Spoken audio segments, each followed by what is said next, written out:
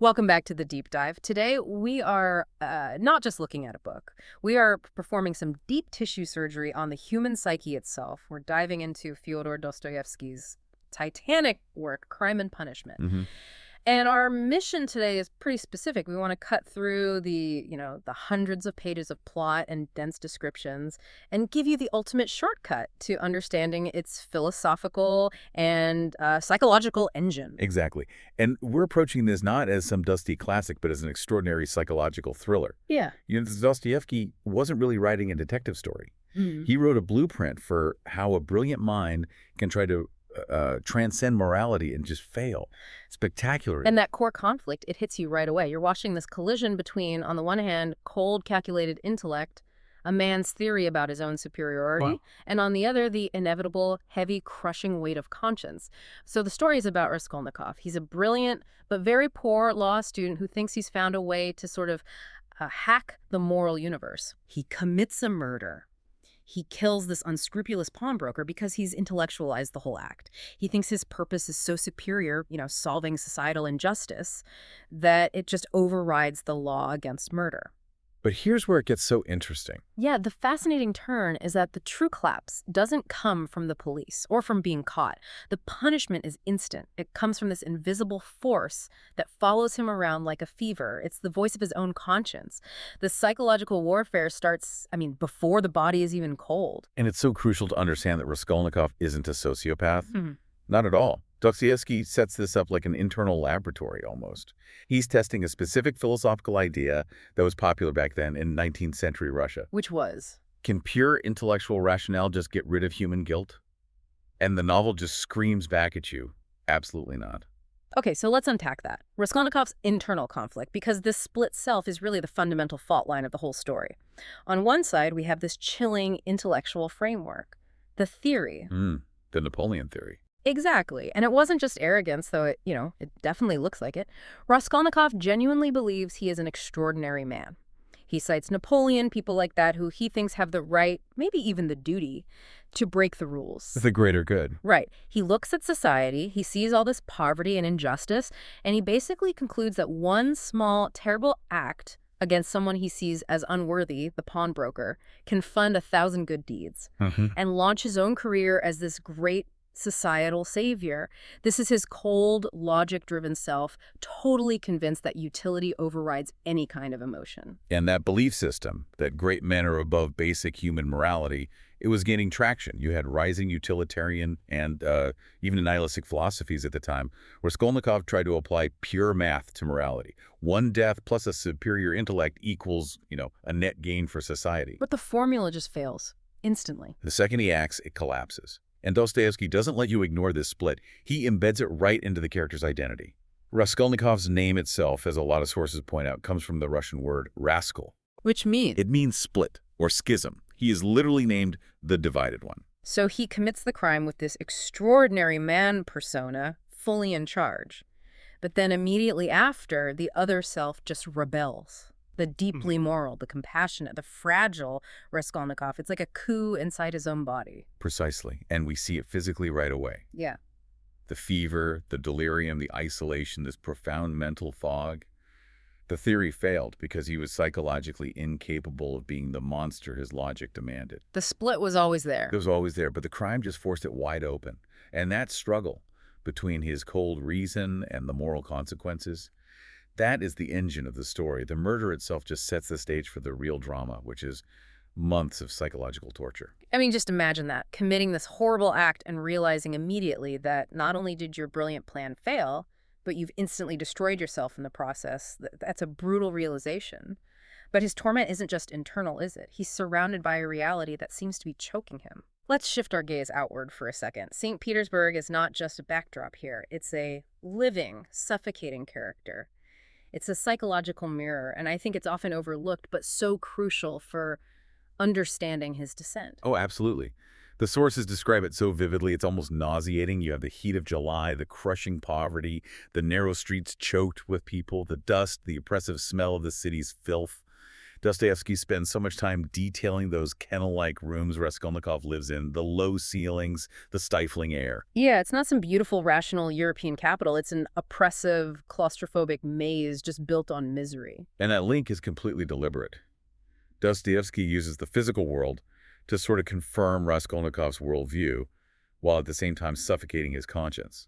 If Raskolnikov's mind is dark and stifling and full of these poisonous theories, Then the streets he walks are just as bad.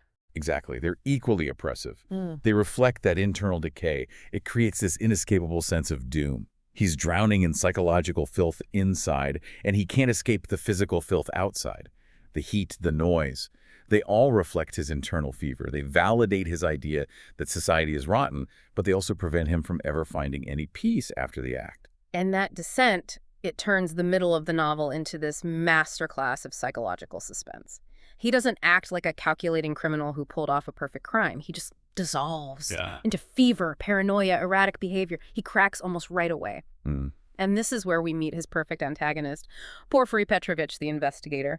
What's so brilliant about Porfiry is that he does not rely on evidence. No bloody gloves, no fingerprints. He barely seems to care about the crime scene. His whole investigation is philosophical. He's less a policeman and more a master analyst of the human psyche. He understands Raskolnikov better than Raskolnikov understands himself. Their confrontations are just legendary because they are not interrogations.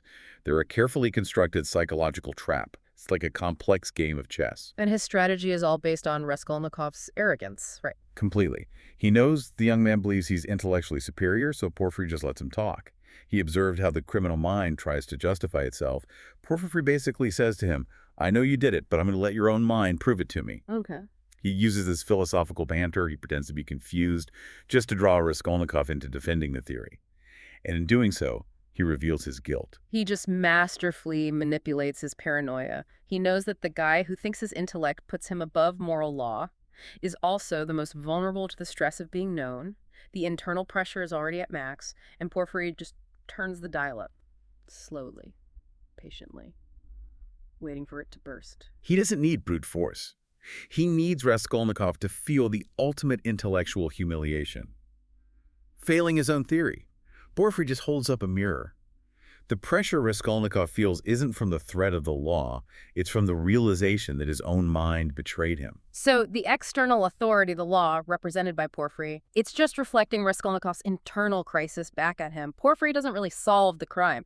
Raskolnikov's conscience solves it for him. It forces him toward confession. Now, to really get a handle on Raskolnikov's potential paths, his chance for redemption or total ruin, Dostoevsky gives him two moral counterparts. They represent his possible extremes, the shadow and the light.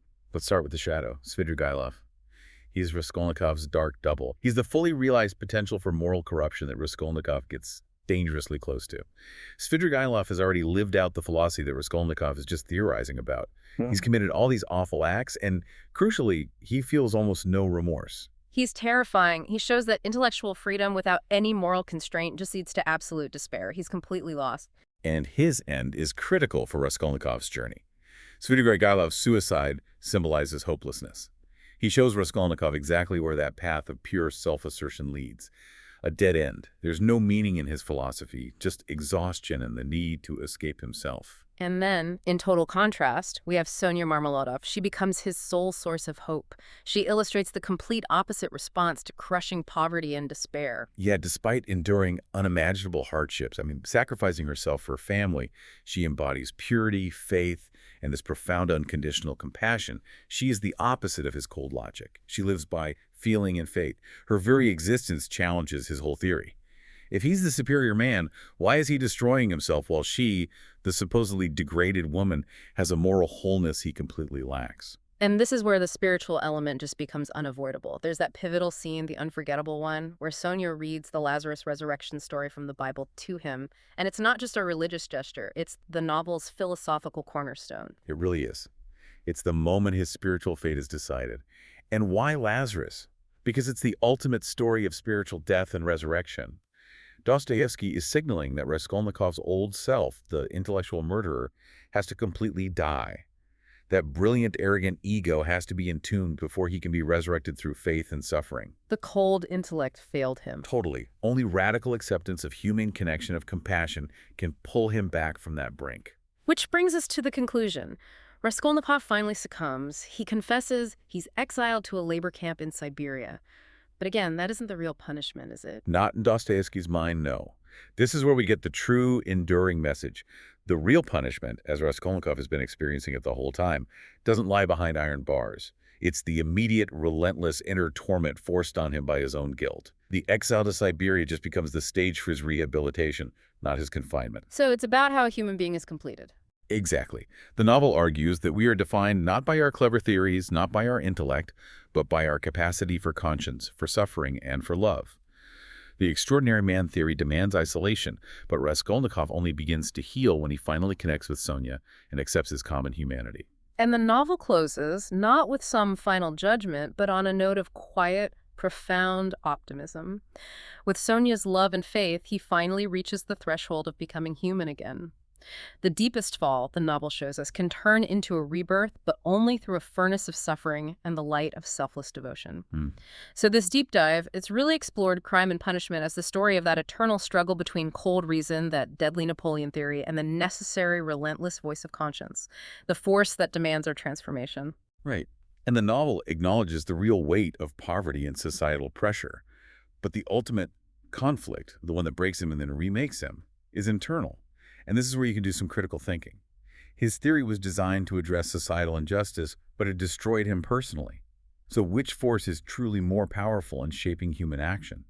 An intellectual theory that rationalizes compromises, or that innate moral compass that forces us to reckon with what we've done? Dostoevsky leaves no doubt that the true, inescapable punishment for any crime begins not in a courtroom or behind locked doors, but in the depths of one's own soul. So think about that collision of cold logic and deep morality and what it implies about the cost of trying to outwit your own humanity. The ultimate lesson here is so relevant today. How often do we rationalize our own small ethical compromises based on some greater good or a feeling of superiority? Raskolnikov just took that impulse to a deadly extreme, and he taught us that the price for violating your conscience is always your own internal peace.